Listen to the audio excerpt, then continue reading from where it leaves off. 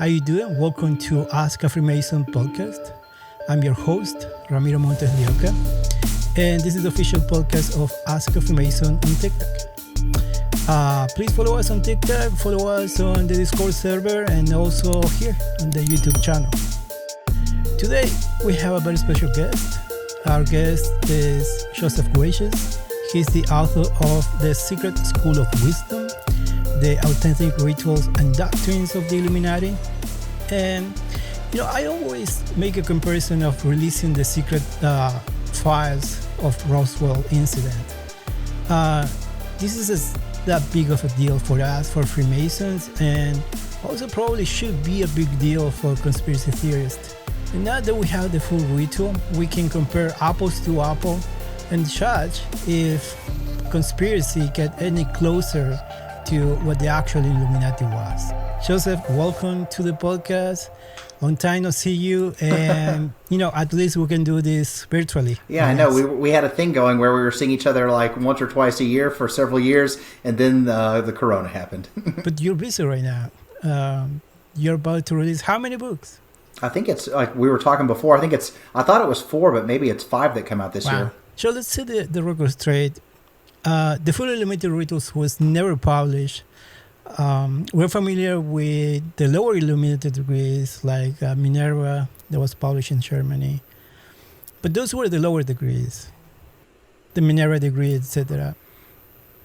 Well, it's actually a little bit more nuanced. So they had published, and it was in several different publications. And once the Illuminati were exposed, they kind of got into a publishing battle where the first salvo that opens up is the Bavarian state government themselves. They release some original writings of the Illuminati is the title in English.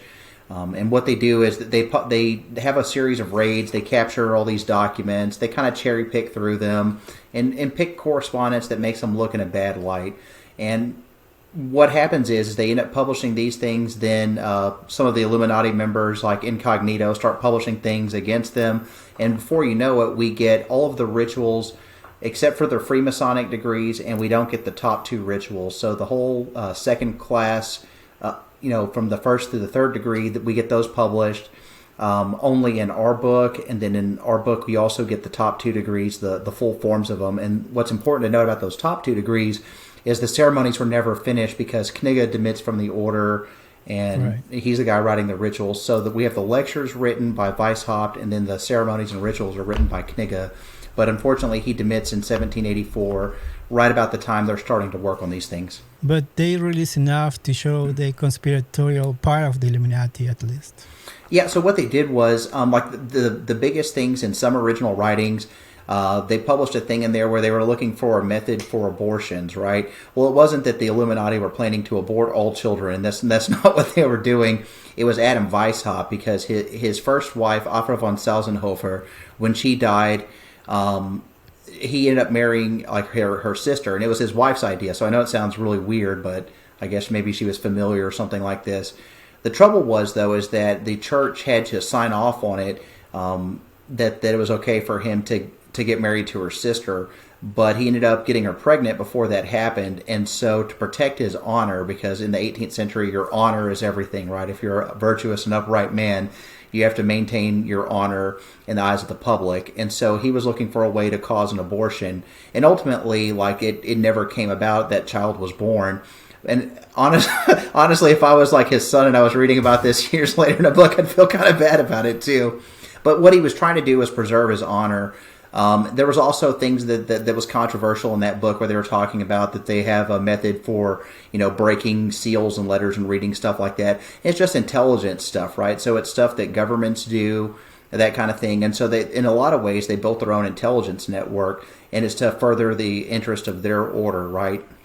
Because the idea was they were going to reform humanity and make mankind happy, and they're going to do it by following Weishaupt's strict moral regimen, and they wanted to train academic type people and also counselors and advisors around these heads of state to prevent them from making decisions against the best interest of the people, right? Because if we think about any type of governing system, it's really not the head of state that makes the decisions. It's a lot of it is the influence of the advisors, right? So their idea was is to educate these people in their system, to advise these people later, and that was their method for reforming the world, so to speak. Yeah, and many of those ideas were not new ideas at all. We were talking about abortion. Abortion was part of the plan on Plato the Republic, even further than that. Mm-hmm. But in Josef, he was a Republican in a sense, not as a Republican as we see it today, but more like a classical Republican. Like in the philosophical sense, yeah. So the two main thrusts of what we said that the whole reason for being for the Illuminati is they wanted to make mankind happy. And they were going to make mankind happy. They had two big reforms they wanted to put into place, right? They wanted like a people's republic, right? So like when they're creating this stuff, they're trying to bring about a republic because and it wasn't just the Illuminati that thought this. It was the founding fathers of our country. They looked at antiquity and they said, the only stable forms of government seem to be republican governments. So if you look in Greek had it was a democracy, right? But it was ran as a republic. So people do have a voice and a vote, but in a republic, instead of majority ruling everything, the rights of the minority are preserved, right? So if 2/3 of the people vote to take away 1/3 of the people's property and imprison them, it doesn't happen in a republic because they still have fundamental rights that need to be preserved. And so that's really the main concept behind a republican form of government, right? And so for the same reason the founding fathers looked at, Greece and ancient Rome, pre-empire Rome, but the Republican period of Rome, the same thing that Adam Weishaupt was doing. And if you look at it too, so it's not just a philosophical thing, if it's also preserved in Gibbon's Decline and Fall of the Roman Empire, 1776, right? So the Illuminati's founded that year. But Gibbon's ideas, he's the first person to consolidate it and give a concise history of the Roman Empire from all the way from the beginning in the Republican period all the way to the collapse in the Imperial period. And so this information is already out there. He's the first to consolidate it. And so, that's really what they were trying to do. So the first reform is making a people's republic, right? So they do this, if they start in 1776, right, they are lightly influenced by the early American Republic, but not really. And if you look at some of their philosophical things, there's a lot of it that sound very libertarian. There's a lot of things that sound very socialist. So it's its own unique hybrid little system. And so it's in the absence of any successful example of people freeing themselves from their monarch and making a people's republic, right? This is pre-French Revolution. And at this point, the American Revolution's going, but if you look at history, it's going very badly. So they're doing it in a vacuum, basically. So they're trying to reshape the world to make this people's republic in the absence of any modern, successful examples.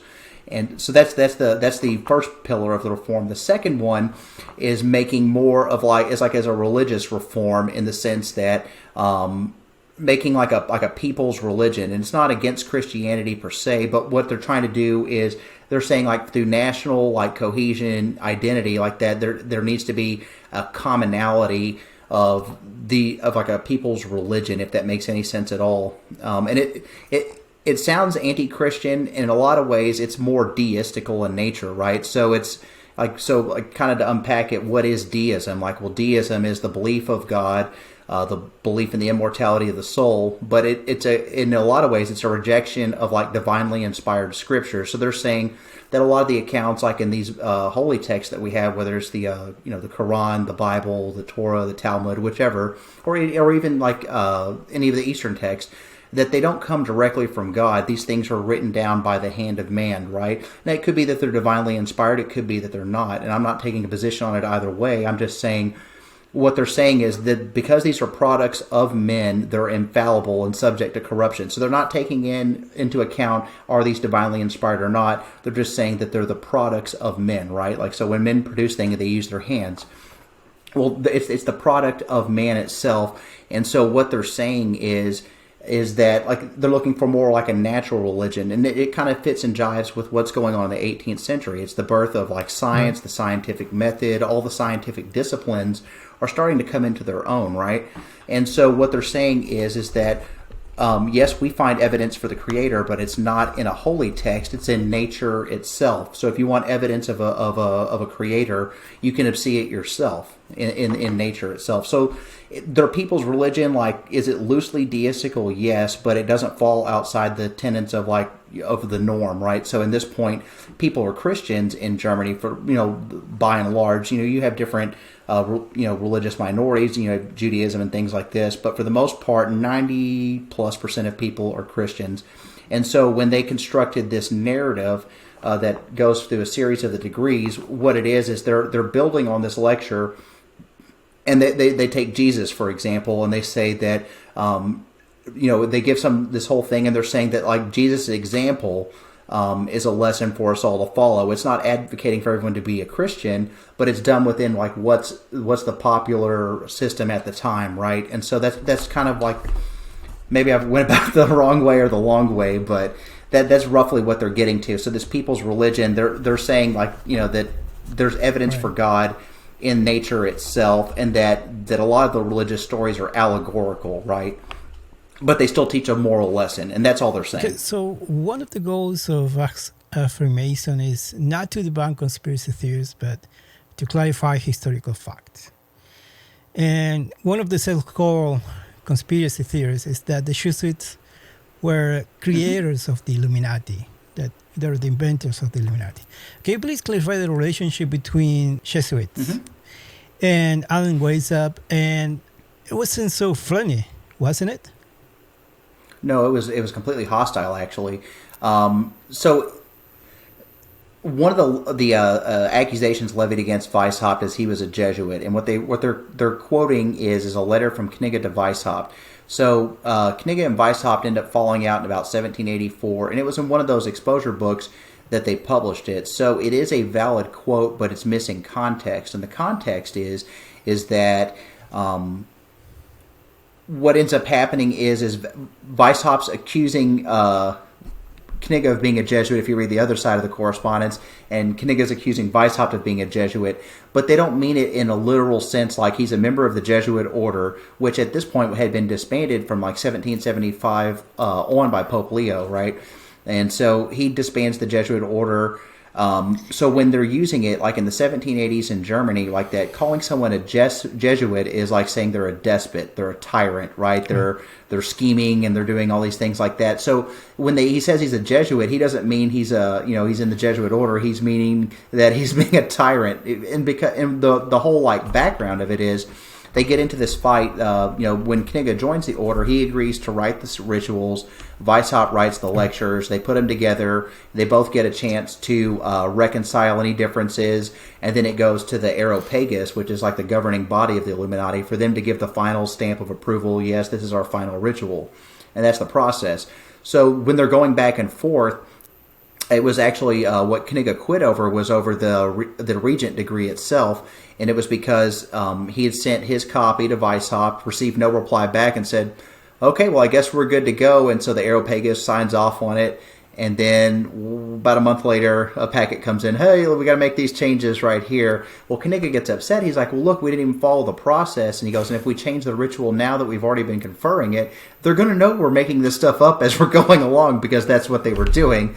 And so, Weishaupt basically goes at him and is like saying, oh, you're going to do what I'm going to say. And then that's why he calls him a Jesuit, is because he's saying, like, you're not even following the process. You're just, you're playing from your own interests. You're not following the procedure. So he's just saying he's acting like a Jesuit. And that's the whole thing. Now, background on it, though. Adam Weishaupt, he was orphaned by the age of 5 by both parents. He was raised by his godfather, the Baron von Ickstadt, of Ingolstadt University. He was actually a professor and the book censor there. And so in the Baron von Ickstadt's personal library, he's got all the books you're not supposed to read, the banned books, and Weishaupt, he doesn't have any parents, so he grows up reading these very things. And it's really kind of funny to me because, here's the guy, you're not supposed to read these books. He keeps all the books, and he ends up making the very person as the example. I know. So he ends up becoming a professor at Ingolstadt University. And of course, education in the southern states in Germany is controlled by the Jesuit order themselves, right? And it's a function of their system of governance, right? And so anyways, the Jesuit order gets disbanded. Weishaupt becomes the first non-Jesuit to become professor of canon law, right?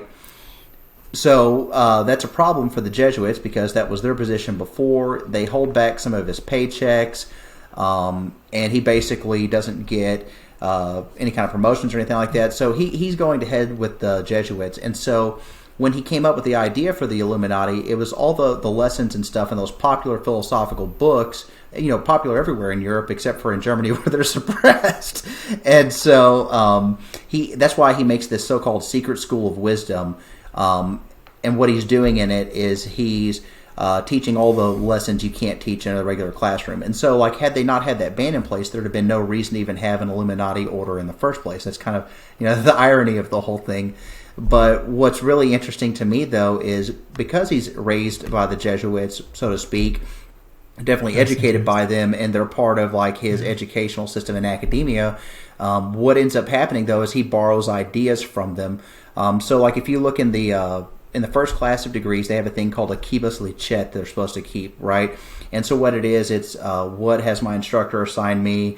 What am I supposed to think? Do I like the guy? Is there anything new I'm working on? Anything they want. And monthly, they're required to turn one of these things in. So if you look at it in the Jesuit type system, it's like a system of confessions, right? But then in that system too, it's used for intelligence gathering as well. And so it's the kind of the same kind of system itself. That's just one example, and there's other examples that we could do a couple hours on that, but it's not necessary to be that stuck on the facts, so to speak. It just the idea is that he's educated by Jesuit people. He definitely borrows ideas from him, and some of those ideas come in the system. But the idea and the origin of the conspiracy that it's all ran and started by Jesuits, it's missing context from correspondence where he's using it as an ad hominem, not as a literal, you're a Jesuit. That makes sense. So part of the aspect, the conspiratorial aspect of the Illuminati were practices from the Jesuits, but it doesn't mean that the Jesuits were creators of the Illuminati. He pretty much was applying he knew about a lot of things that the Jesuits were applying to their order. Right. So it's not Jesuit teachings; it's Jesuit hierarchical structure. Right. That's the main exactly. Concept. Is it he's borrowing hierarchy and structure from the Jesuits? And the first question your listeners are going to ask is well, why would he do that? Well, consider this though, that we like to think that people create from nothing. Right. They can just create out of thin air. That's not how it works. People's ideas come from the things that they're familiar with, right? So if you're educated by Jesuits in a Jesuit school, in a Jesuit system, you're likely to pass a little bit of those ideas on. And it's not because you're a bad guy, but you're creating from what you know. So people don't create from scratch. They create based on the storehouse of their knowledge at the time. And that's not to say they can't learn things in the future. And when they create in the future, they add those elements in. But the point is that you create from what's familiar. And why is that? Because it's better than starting at zero. And it's a subconscious thing. It's innate in the human thought process. So there's actually no way, no possibility, zero possibility that the Jesuits were part of the Illuminati or they actually created the Illuminati. Let's say the Jesuits inspired the Illuminati. Yeah, zero possibility about that at all. And if you look all throughout the correspondence, when they did study Jesuit systems and stuff like that, because one of the guys who became the second head of the order, Johann Joachim Christoph von Bode, he wrote some interesting stuff, where he really did think that the whole thing of the high degrees and everything else came from the Jesuits. That was kind of his thesis. Looking back on it, and looking at, and it's a book I'm working on in the future. Looking back on it, a lot of his stuff is kind of shallow. His arguments, right? They don't really hold a lot of water, and historically we know a lot differently today because a lot of those resources at the time would never have been accessible to him. But looking at a lot of the things now, for instance, the Catholic Church wasn't even aware of the Illuminati until after the crackdown already started. And that's really interesting because they also had several people that were members of the Catholic Church who were also members of the Illuminati, right? And so Reinhardt, he'd gone to the secret archives for the Vatican and looked up like the reports from Bavaria at that point in time. And then the only indication they even mentioned the Illuminati is after the exposures start coming out, right? So they're flying blind until like 1787. But if you consider the Illuminati like went into terminal decline in 1784, they only became aware that their house was on fire after it would burn most of the house up. So it's kind of interesting. Another thing I want to mention is, the way I was reading the Illuminati ritual, the Secret School of Wisdom, the first degrees were amazing. I was surprised how much love he had for Freemasonry, how much love of the craft. And then it started getting weird. And it reminds me the same way I read Plato of the Republic. That's why they're so similar in so many ways. And at one point, Plato started talking about pretty much eugenics, right? Killing babies, killing... It gets very weird on that book. But yeah, at one point... also, the Illuminati ritual goes downhill. And let's not forget that Neoplatonism was part of that culture. I'm not surprised at all that many of the things that I read on the Illuminati ritual was part of Neoplatonism in the worst form. Well, what's interesting to me is, like, if you look at, take, for example, like Weishaupt's view on population, right? He was about bringing about the perfection of mankind, and he thought that population must keep increasing, right? Because, like, he argues that mankind starts out in a primitive state, and but through his needs he's enslaved, and so to be free you have to like curb your needs. So he thought that humanity would be perfected more rapidly as the population increased, right? Because there's less and less resources available for them to consume, right? So then it becomes more necessary for them to work in harmony with each other. He actually advocated for increasing the population, whereas like the eugenicists were like more like, hey, let's kill everyone, all the way down to 500,000. You're like, oh, that's a good idea. So let's start talking about the Illuminati ritual. So Weishaupt, he started writing the Illuminati ritual by itself, right? I guess let's walk through the order's history then. So Weishaupt gets the idea for the Illuminati. If the first thing he calls it is a school for humanity. This is about 1774, 1775, and it's through his conversations with one of his pupils who ends up not being in the order or anything like that. But anyways, like he gets the idea, like, and they start talking about secret societies and so forth. And so he takes that school for humanity draft and turns it into what is the Order of the Perfectibilist, right? So this is 1776. By 1777, they're renamed the Order of the Illuminati. And really, it's Weishaupt and his first 10 pupils, right? So from 1776 to 1778, they have no rituals. It's just an association of 10 guys, right? So it's kind of like in a lot of ways, it's like a Phi Beta Kappa. It's an honors academic type fraternity. 1778, they have the Minerval degree. 1779, they have Illuminatus Minor. And then by 1780, Knigge joins the order, and he gets disillusioned with the strict observance. And he lives in Frankfurt at this point, so they're two different states in two different parts of Germany. And so it was the Marquis Costanzo di Costanzo that gets Knigge to join the order. Knigge joins the order, and he starts recruiting from guys who are in the strict observance. And the strict observance were like the guys that said that Freemasonry comes from the Knights Templar. Of course, it was Baron von Hund who made the whole thing up. And Baron von Hund dies in 1776, so they start going into terminal decline because the system's supposed to be led by these unknown superiors that don't exist and never did, because it was all Baron von Hund's scheme, basically. And so that dominant right goes into decline. It creates a power vacuum. So Knigge's idea is, hey, I'm going to write a revised, reformed system here, and I'm going to become the head of my own new system. Well, Costanzo says, hey, why do you want to do that? We've already got this system in place. So Knigge initially thinks, yeah, it's a great idea. And so he joins on, and he starts recruiting from guys in the strict observance, and he starts bringing them in by the hundreds, right?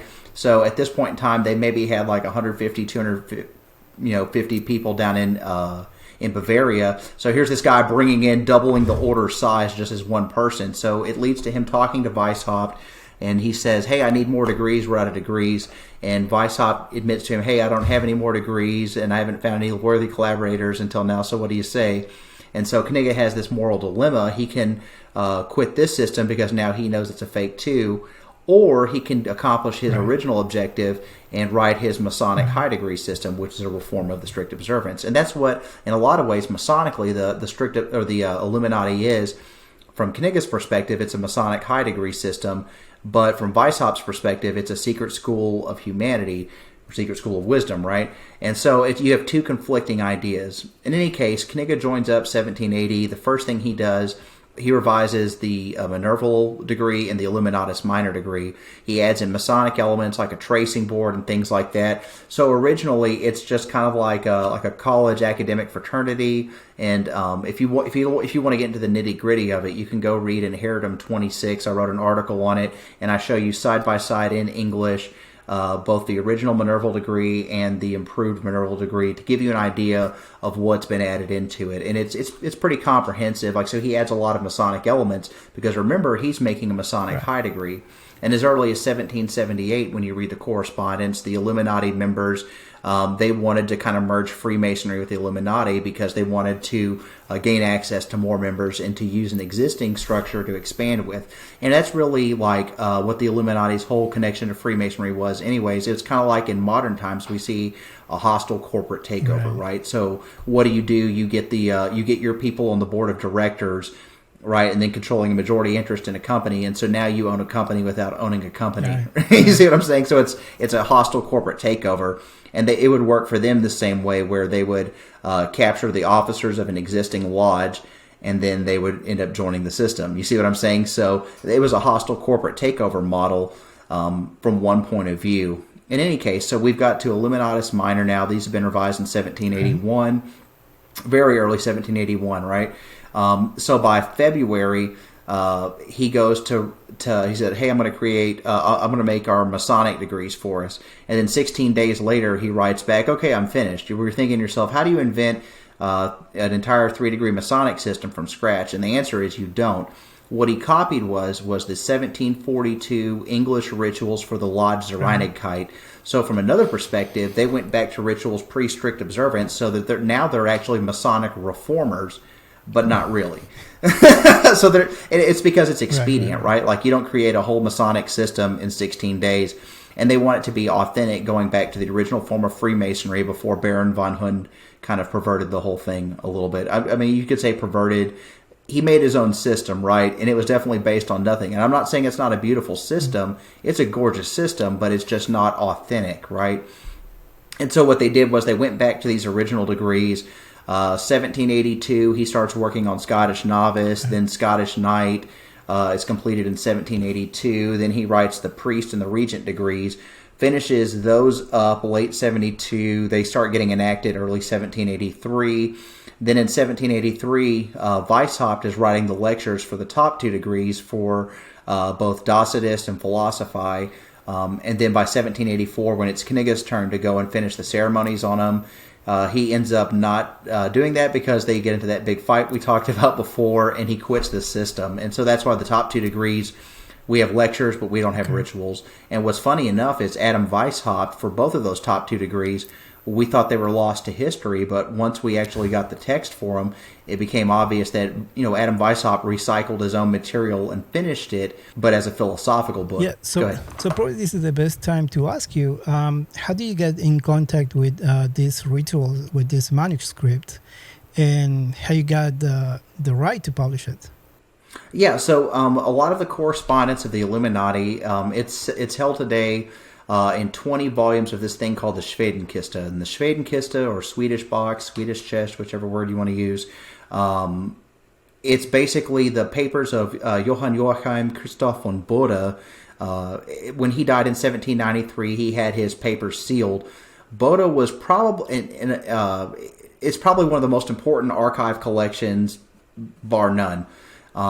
And the interesting thing is, after he dies, it's all sealed in 1793, and then I think it's 1804, Ernst II, when he died, he was the one who received Boda's papers, and mainly it was because he didn't want any letters of him getting out there. Ernst II, he dies in 1804. That material is then boxed up, and it's sent to Sweden. It stays in Sweden until like the 1880s, and then the Germans ask for it back. They send them all of the Illuminati materials, right? But Boda had more than that. He was a massive, massive, massive collector of all systems all throughout the 18th century, right? That's why it's one of the most important collections that's out there. And so, fortunately enough, I started doing research on this stuff in Sweden back in like 2016, and it turns out all of Boda's stuff still exists there. And so I've been digitizing that entire collection from like 2016 on, and I've got a good chunk of it, not all of it, but I've got a good chunk of it. But I mean, it's many more years and more research in the future that we're going to have to do. And kind of what we're doing is just going and photographing everything. I mean, just getting it all, and it needs to be done because you've got there's things in there that go back to England in the 1730s. I mean, it's really early, very important stuff. But then he's also got the only known original copies of a lot of rituals for a lot of different systems that are in there too. And it's a lot of the books I'm working on. I'm going to do the Golden Rosy Cross, the Asiatic Brethren, the Brothers of the Light. I'm doing, the African architects. All these different systems. It only exists in one place, Melosino, right? Like that the only real copies there. Wow. And the other one that they've been working from was a copy that Close made in the 1840s. So it's interesting. So anyways, back to track here. So they the whole process is those papers were sent back, all the Illuminati stuff, some 22,000 pages, give or take, right? It was sent back from Sweden all the way to Germany in the 1880s.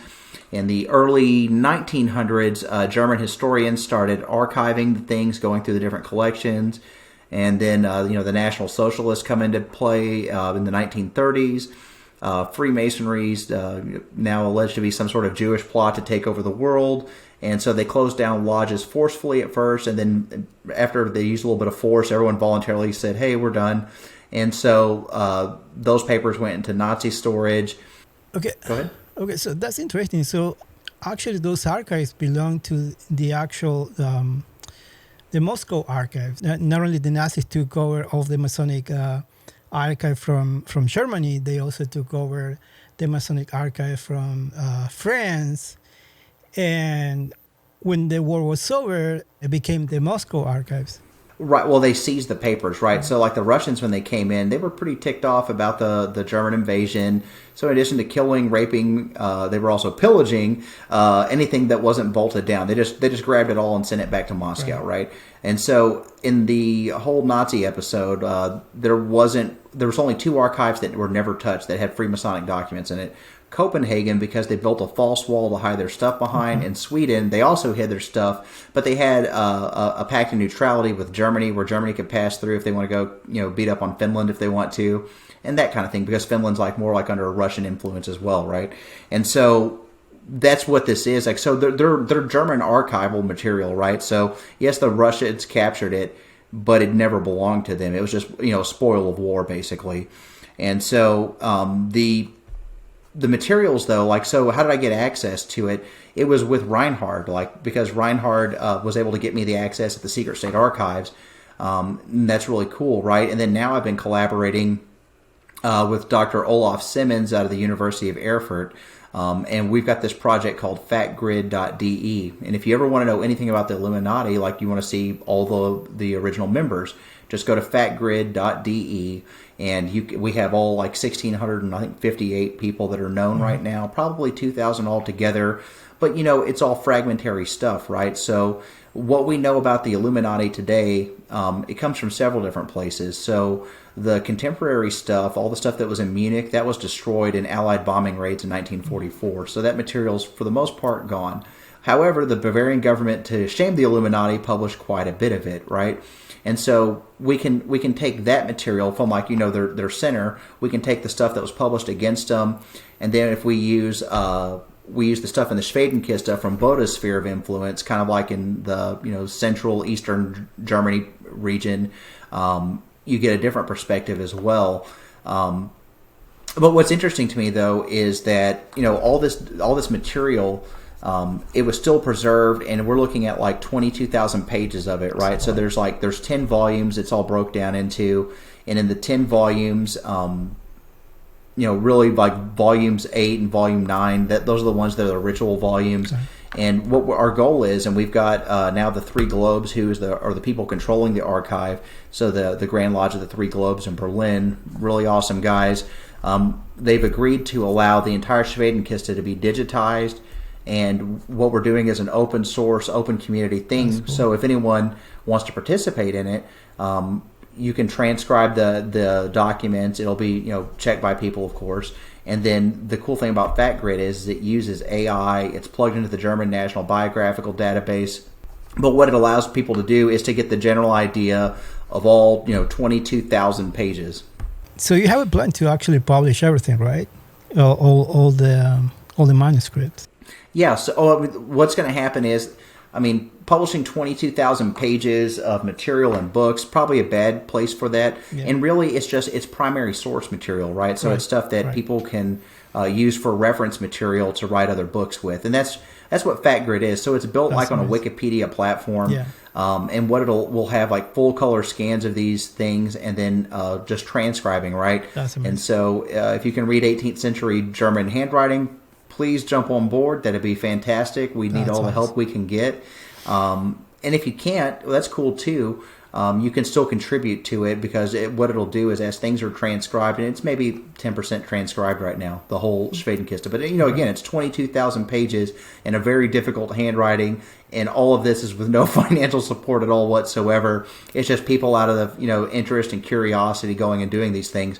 And the thing, in my lifetime, it'll be 100% completed, maybe within the next 10 to 15 years. We don't know. It just depends if people have an interest in it or not. But the point is, you can make a difference, or you can look at the material. It's very interesting because it's plugged into the German National Biographical Database, but FatGrid uses AI, right? So it can, as entries and things get added to it, it automatically can connect the pieces together from these people, right? So these aren't people that are in a vacuum now. You've got the whole, like the official German National Biographical Database, and so it starts making really cool connections and stuff. So, we're already using FatGrid even in its infancy, like we're using it and making really cool discoveries with that. So it's a real forward-thinking idea, and I can't thank Olaf enough for really coming up with it, because, and the University of Erfurt for that matter, and Marcus Moyman, and people like this, it's a really cool idea. So everything is digitized already, right? Oh, no, it's over the next 3 years. So all those agreements didn't happen until maybe 6-7 months ago. Obviously Corona is going to slow us down a little bit. But think about it. You've got to take archival level images of 22,000 pages of stuff. And if you look at the Schwedenkiste the way it is, it's like individual booklets. Sometimes it's little pieces of paper. And what it is they're all bound together. And this was done in the early 20th century. I think it's 1909, if I'm thinking of it right. In any case, the volumes, the spines are totally coming off of it, because it's a bunch of, it's 1,100, 1,200 pages each volume. And it's string bound through the middle of all these documents, holding them together, and it's coming off the spine. So it's really fragile stuff too. So actually what the Moscow archives, what they did before they return all the papers to each individual lodge, at least on the Masonic lodges, they started digitizing everything.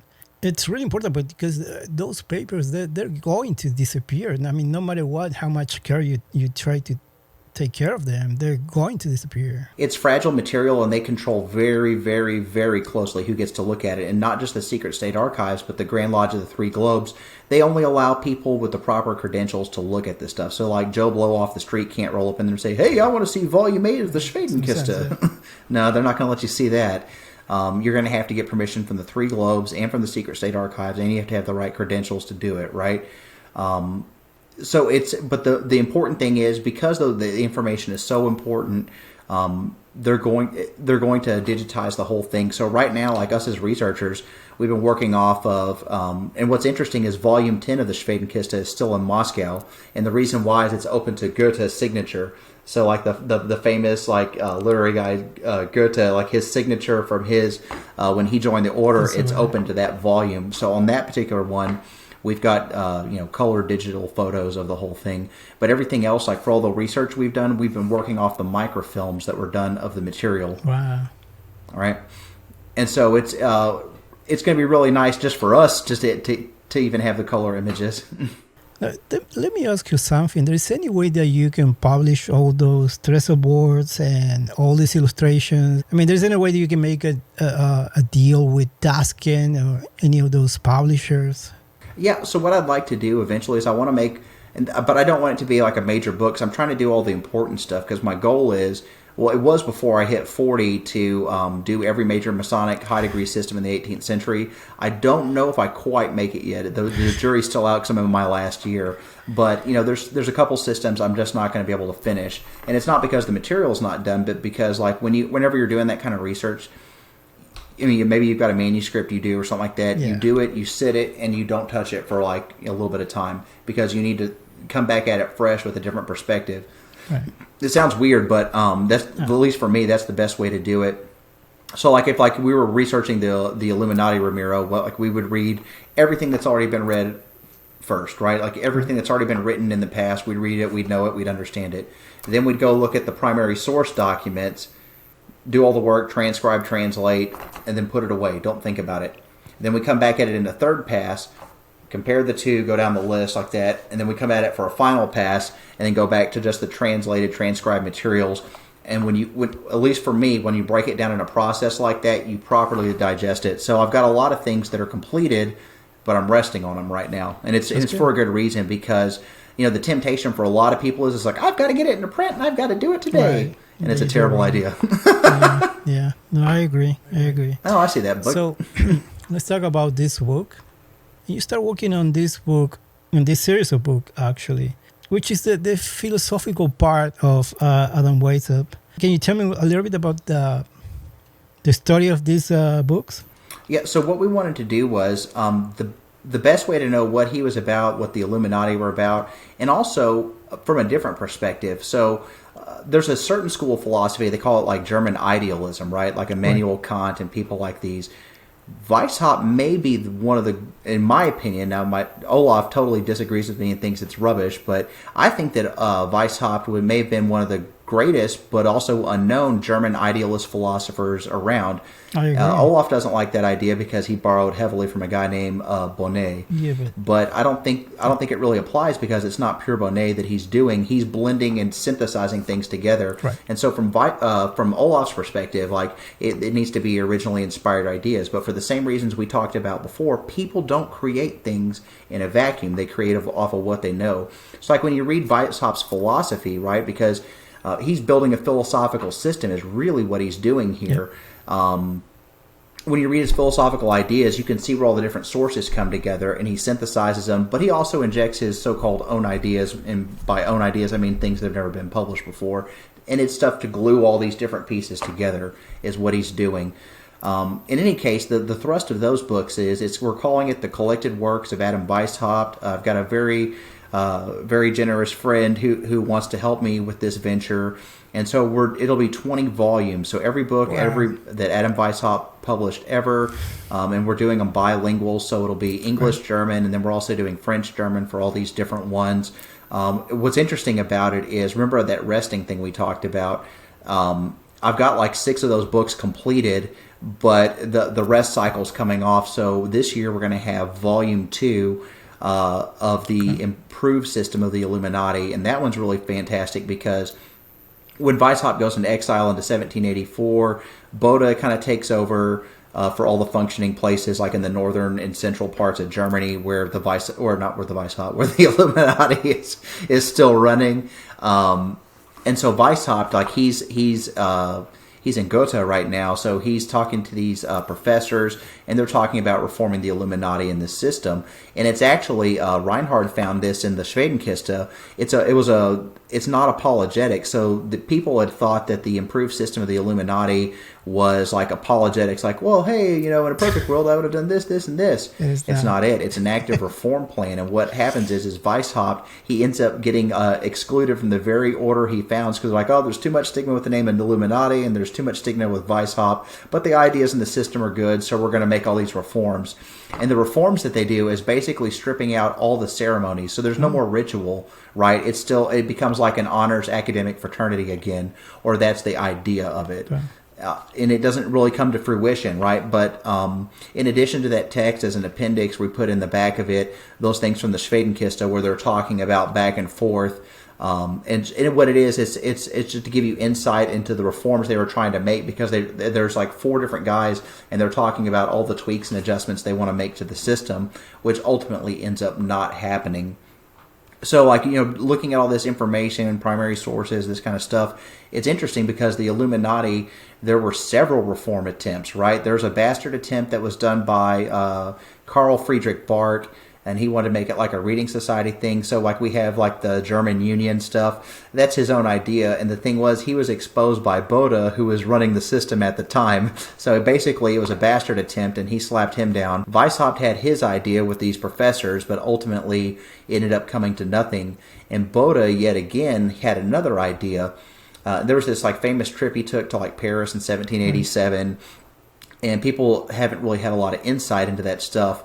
Interestingly, we have Bode's journal, which gives some insight, but now also in the Schwedenkiste, no one ever paid attention to it, but he also talks about his whole time while he's there in Paris. And the cool thing about it is, we've got all that stuff done. He's gone up into Sweden, he's gone up to Sweden. His papers in Sweden, we actually have the rituals that he made for the French guys, that he tried to start an Illuminati cell in Paris in 1787, but the goal wasn't necessarily an Illuminati system.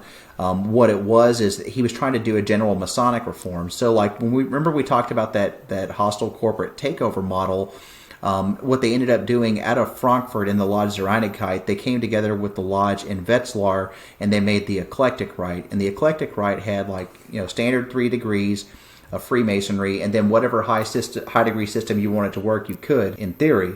But if you join this lodge, the chances are they've already got your members.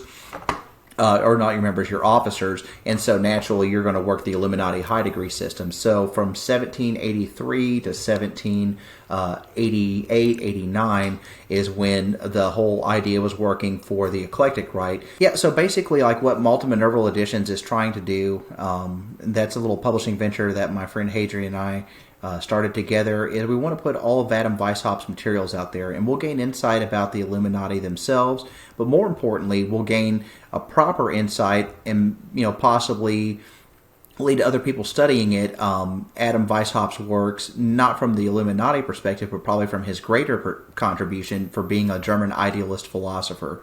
We can jump to the documentary now, Illuminated, by our friend and brother, Johnny Royal. And that's a funny story, because actually, if I'm not wrong, is because I invite you to my lodge that you met Johnny Royal. Can you tell the whole story, how that happened? And that's right. So, like, I got you invited me out to give a talk, and it was for South Pasadena Lodge. And I gave my Illuminati talk out there, and that's when I met Johnny. And Adam had picked me up from the airport and said, "Hey, I got a friend that wants." Yeah, and he goes, "I got a friend that I want you to meet." So, like, Ramiro set the whole thing up, inviting me out to come out and give the lecture for their Illumination lecture series for South Pasadena Masonic Lodge. And if anyone's interested in Freemasonry, come see Ramiro, South Pasadena Masonic Lodge. Can't say enough. Beautiful building. It's closed right now. Oh well. Okay, well, after coronavirus is over and you're watching this, go see Ramiro and kind of see what Freemasonry has to offer. And all that said, and so Ramiro invited me out there. Adam picked me up at the airport and said, "Hey, I got a buddy that wants to meet you." Okay, yeah, sure. And so as me and Adam are wont to do like that, we swing by the liquor store, get a little fun, and go meet Johnny. We go meet Johnny Royal. and he had just been finishing up 33 and Beyond. That's right. He had just finished it up. It hadn't been released yet, and he goes, "Hey, would you want to screen my new movie I've got coming up?" So we sat on his couch, had a good time, watched the movie. And then after, we were just kind of hanging out for another couple hours, jacking around with guitars, making his neighbors angry.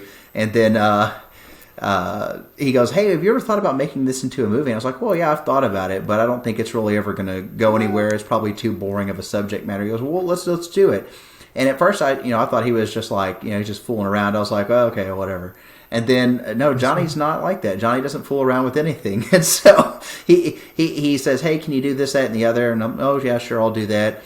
And the next thing you know, a year and a half later, like that, we're out at South Pasadena Masonic Lodge shooting the thing, and because we were looking for places to do it, and I was like, "Hey, we ever think about South Pass, because that one actually has a chamber of reflection. It's got everything we need, and the interior, if we shoot it right, will look right." So when you watch Illuminated, that's my lodge. That's right. That's South Pasadena Masonic Lodge is where you're seeing all the ritual shots. And then all the German shots obviously happened in Germany. Okay, so by the way, let's go there. So you two went to Germany to shoot this? No, just Johnny went to Germany on this one. I plugged him into all my friends in Germany, and so he got to interview Dr. Olaf Simmons. He ran around with Reinhard for a while. And what's funny enough is Johnny, he brought the wrong lens with him when he was out there. And so he ended up like a month later flying back and reshooting a lot of like the stuff he took the first time because he had the wrong stupid lens. But it's okay, because when he went the first time, it was really hot that period. So it was like, I don't know, like 95 degrees like in German summer, and not good. So when he went back a few weeks later, like in, I think it was like September. So, and right now you're tracing all the Scottish Rite degrees. But so tell me, what is the oldest Scottish Rite degree that you found? So the oldest, well, it's not, I wouldn't say Scottish Rite, but it's what an echo say, a Scots degree, right? So it's the original Scots Master. So there was a lodge set up in Berlin in 1742 called L'Union, and they ran the ritual. Reinhard in 2018 found that a transcript of the ritual from one of its daughter lodges that was La Pureté in 1746. And so it's a copy of it, and it's in the hand of the secretary, Roblau, who was also initiated in the French Union Lodge for the Scots Master degree in London. And so what it was is him and another guy named Jacopo Fabrice transplanted it back to Germany, and it was like a lot of the well-to-do guys. So the thing that people need to realize is with L'Union is that it's not a standalone lodge. It's really like part two of the three world globes, right, or the three globes. It's the Scottish Lodge annexed to this lodge that was formed in 1740, and it's really big. Like for Prussian people, it's a really big influential lodge, like in the early 1740s. And so he got this transcript of this ritual. So that one's the absolute oldest. And what's interesting is it's actually the original English Scots Master ritual that we read about like in the 1730s. So the first high degree comes from England, the Scots Master degree, about 1732, 3, something like this. And to me, it's fascinating, right? Because like if you look at like all Masonic ritual, but specifically these, they're teaching lessons and things like out of the Bible, but applying it in a different type of way with a lot of imagery and symbology. And it's just interesting to me because like it's beautiful, it's interesting, it's fascinating. And what I'm trying to do is I want to make everything that I write. I don't ever want to recycle anyone's material. I'm going to read everyone's material, but I want to make my own unique stuff, and not for the sake of being unique, but actually like properly researching this stuff. Yeah, and this is a really good point for all the conspiracy theorists. Research. We have available those rituals that you can buy them. You can find them. Let's put it like that. Well, and that's it too. Is like the conspiracy people say that like they'll kill you if you violate your obligation, reveal these secrets. And I said, but what you're looking at is like you're looking rituals published by Freemasons, not just for Freemasons, but for everyone. So you don't need to be, even a Mason to read these books. You can buy these books on Amazon. Find a title, research it.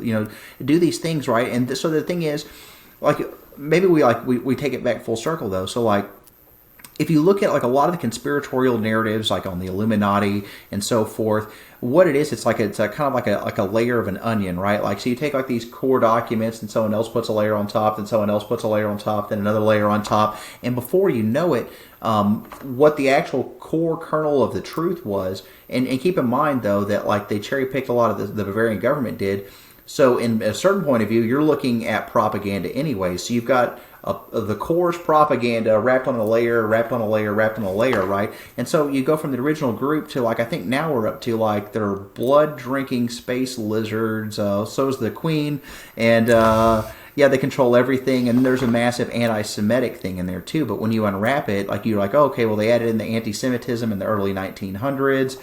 And then by the 1930s, that's the way they were going. Then it got pumped by the John Birch Society guys, and it's more people building layers on it. But the reason why it was used is, one, it was the first time a secret society's like full ritual got published, right? So like, and I mean a real secret society, like where your name's not known, that kind of thing. Not like Freemasonry, where it's a secret society-esque, but not really, right? Because it can be public knowledge that you're a Mason, but in these other groups, it's not public knowledge. That's the difference, right?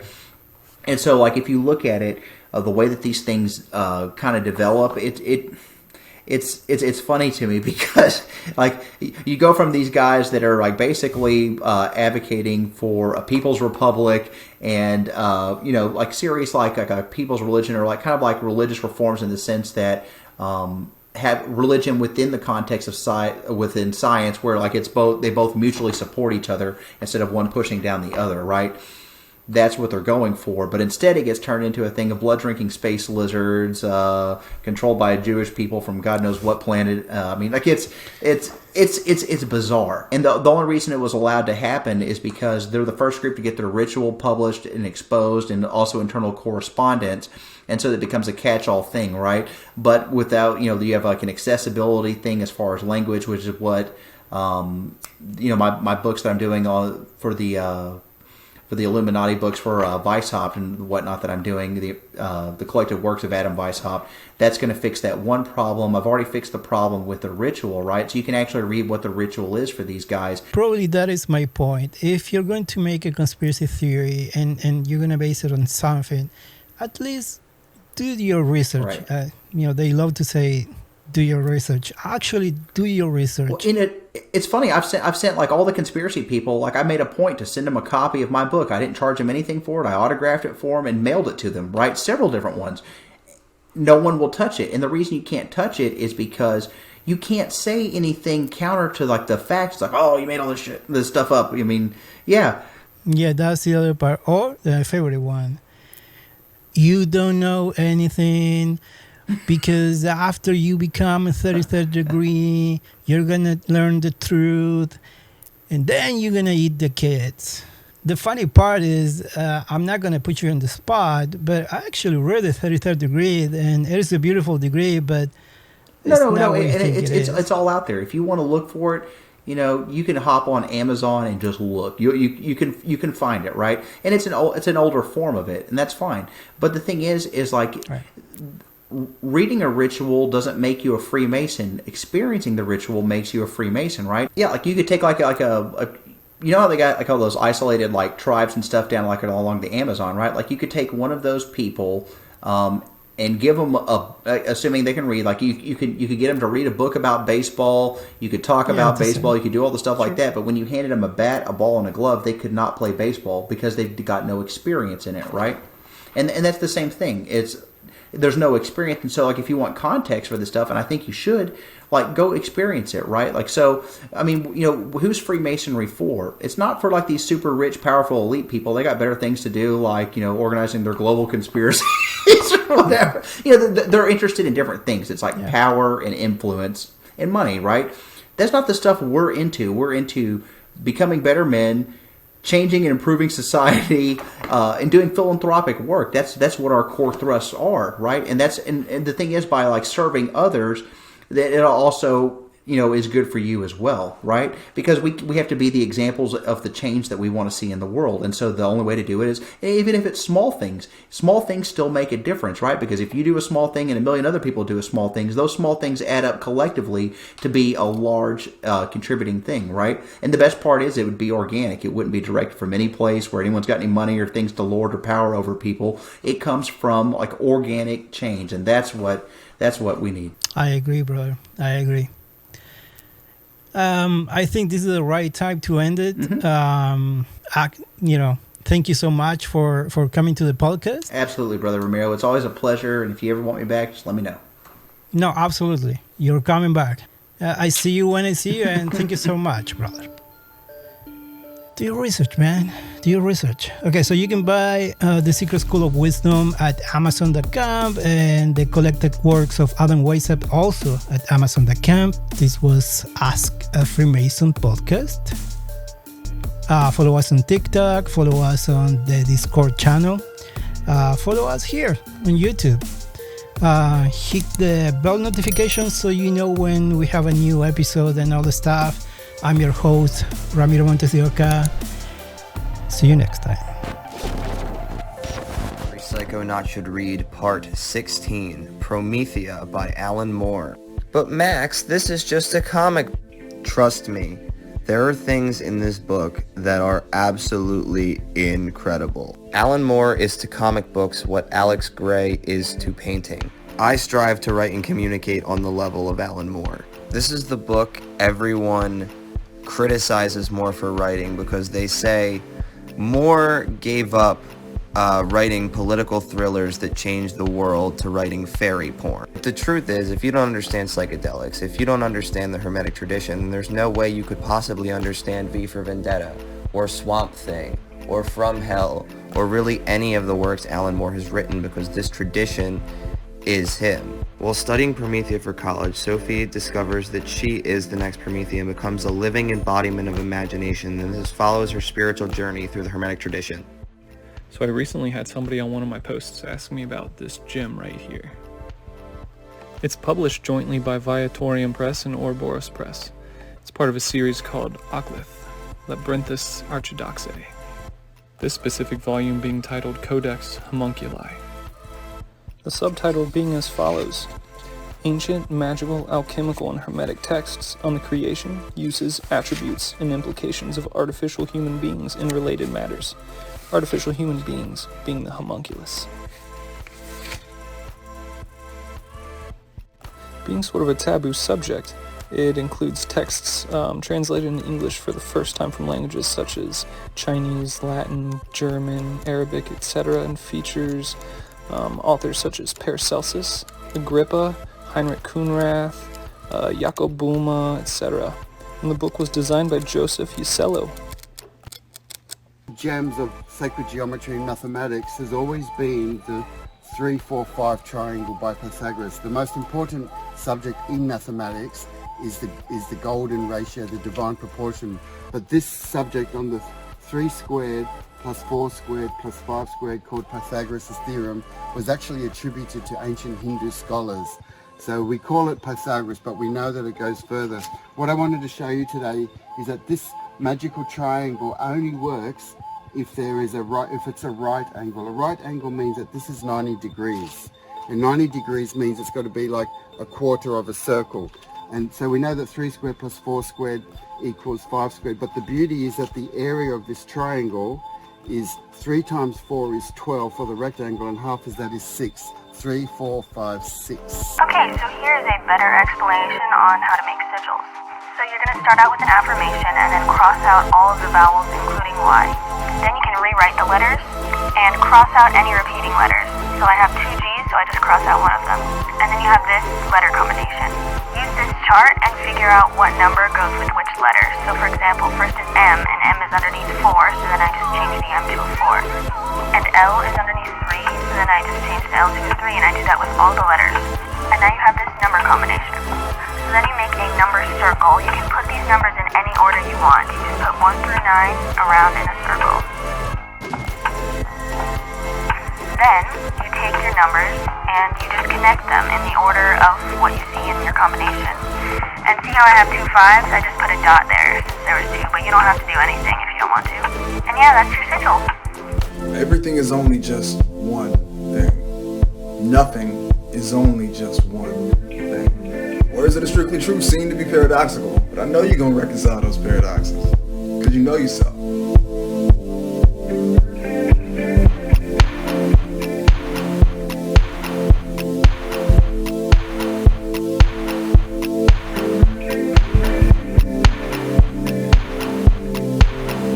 I need you to promise me that you'll be on your best behavior. I promised other people that I'd be on my worst behavior, and I gave them my word, so Don't make me fire you. you can't fire me. Alright, it's time for an occult book challenge, nerds. Most expensive. Most referenced. Favorite. Second favorite. Biggest and smallest. Oldest. Most recent purchase.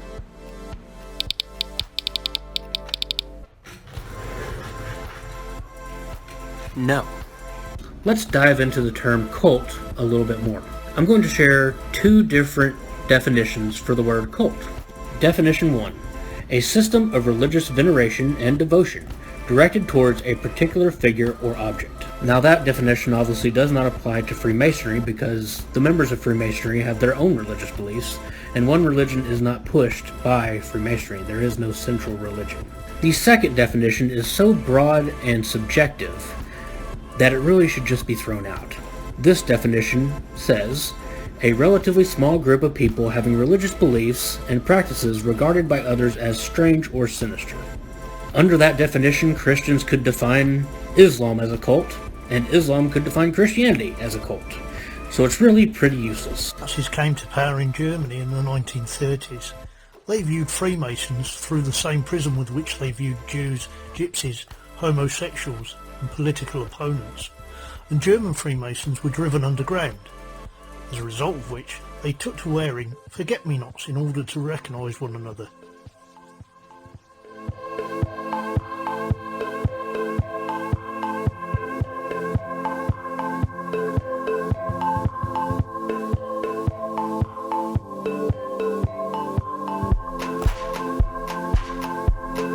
This weekend I tried a little experiment. I collected some grape hyacinth and periwinkle flowers. They grow in my backyard. I mixed the buds with some water and vinegar and put it in a crock pot on low. Made sure to crush the buds as I mixed and checked on it over the next couple hours. Then I added some periwinkle flower to see how that would affect things. Over the course of probably 6 hours, I let everything cook down with the top off of the crock pot until it became a very concentrated pink color. So I bottled it and I added a little bit of gum arabic to help the ink stick to paper. The end result looks like a dark pink ink but dries into a teal color and sometimes a dark blue. And as time lapse you can see how the ink color changes when it dries. I think I'll definitely be experimenting more with this. Aleister Crowley, Liber ABA, we're talking about like using complete bullshit tactics to cut through your ridiculous delusions. Let's do this. The mind is the great enemy, so by invoking enthusiastically a person whom we know not to exist, we are rebuking that mind. So Aleister Crowley, like the uncle, the grand uncle of magic, straight up says over and over, like, these things aren't real necessarily, but they are forces that you invoke to completely destroy your sense of what is real. Which means that what you're doing is equally as real and as not real at the same time. Now, if Crowley is to be believed, and frankly, you should listen to him at least a little bit, given that most of your practices are based on his ideologies. Over and over again, he's going to say some version of this phrase. A thought is only true insofar as it contains its own opposite. Taking this attitude is going to be probably the most helpful thing you could possibly do for your practice. But never take my word for it.